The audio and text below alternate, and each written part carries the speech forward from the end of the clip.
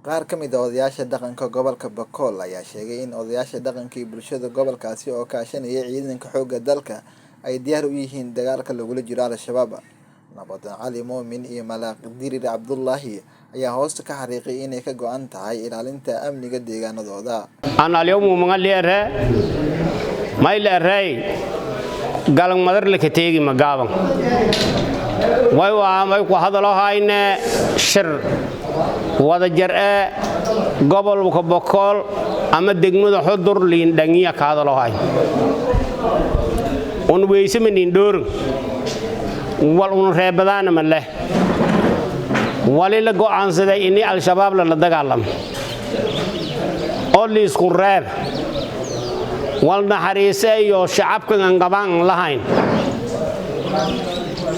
maanya ogaas foolka meeyo unuga lama jarka aadanuugaw ii walaagi lamide ii abaartan jirta hoolagii eelkii saaranaayeen qarxiyaw magaalooyinkiina gubaw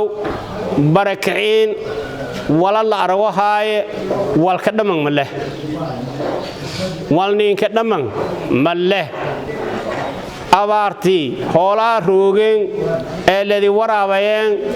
Bakool hay ku guura lahaa eri walaha barakicii ummad la dhamaayo hayo ma ummad geeka liindanayo ma ay saas weelo hay hadalna ma leh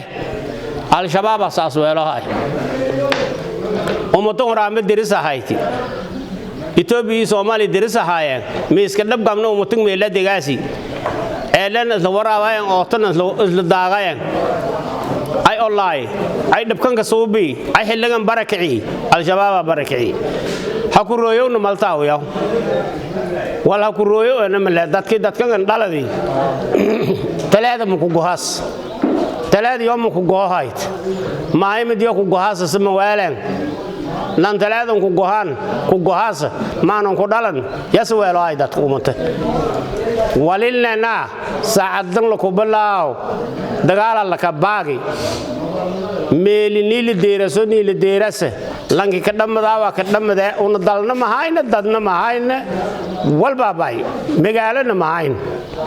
way waaha naflo goorigeed ku waabada geeka la ku balaaw Al-Shabaab dadkii waaba baabiyaasay dhamay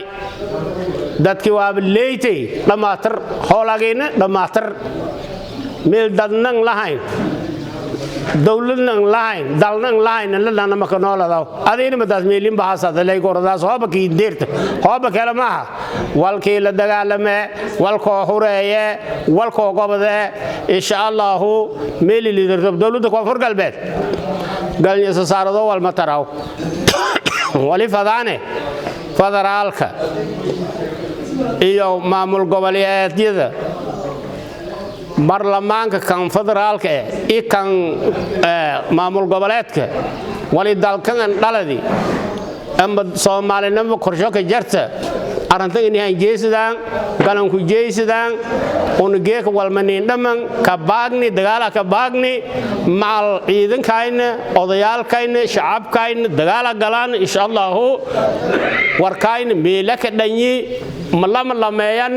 walayno ka leedaa dadkan wal horeeye salaamu alaykum warahmatullaahi wabarakaatuh warla gaba heesamale ana walili aray magaagay Malaaq Dirir Cabdullaahi balaaga guud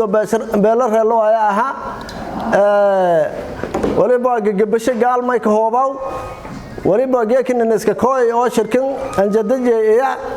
intii nimankii oo dhabadiidka hay laha ka horay hiiraan ama Hirshabelle atana lahanwada koonfur galbeed intii la ka haray nimankii oo intii oo Soomaalidan wala gamna si gobolka dariskana la hiiraan ata waliba soo dagaalami oo xornimada soo jeeladi adaawadana isku dhawi gobonimadaas liin baahan intii la isku dhaw nimankan nabadiidka la ku xoreeyo masaakiintii iyo dadka iyo gumaysadayaan nabadiidka dalkan iyo baabi'iyeen intii la ku safaayay shirkan geekiya ay dawladda koonfur galbeed madaxweyne Cabdi Casiis Maxamed Abdullaah Garaan Weyne iyo nay federaalka meel kasta oo roogan Southwest dadkii la ku doorhaday oo xildhibaanada hay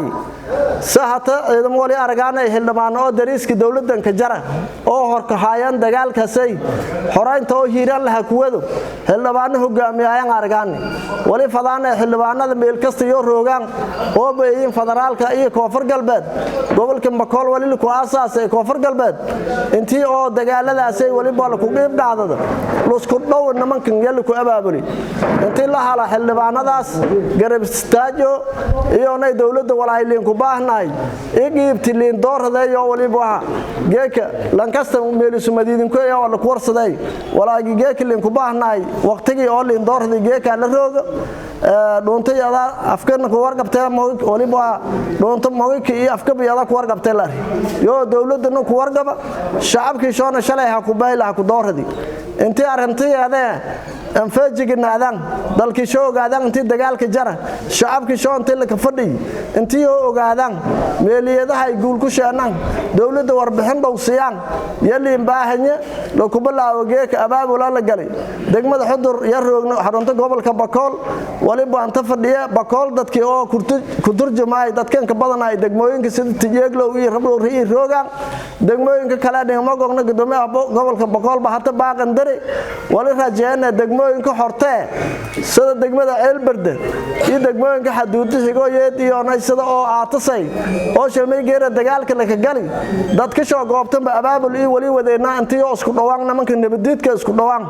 iyo wadeen marka onono la ku bilaawo geeka Bakool wali fadaana intii la ku xoray ilaa quraajo ma wali jare dadoo deegamadaas mustaahil ajeen dhaxan madina nimanka duurka galan hatana abaabul hawadaana wali buu deegaankaasay intii la isku dhaw nimanka dadku go'onta badan ajara dadka xaduudadan ogna intii abaabulka jaraan ku go'onta intii isku dhawaan nimanka nabadiidka isku dhawaan halis kaalmaysadoy hoobuna reeb Bakool anna guudi gar ad kasta oo Bakool wali buu aan nasab sheegadaasoo deegaankan ha ku jeedo intii nimankan la isku dhaw abaabul sheegaykan in isku kooy eedeedan ma xasantiin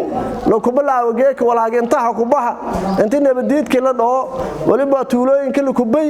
nimankan soo hiiran horayta amalan isku horayna noogahan eedan ma xasantiin assalaamu alaykum warahmatullaahi wabarakaatuh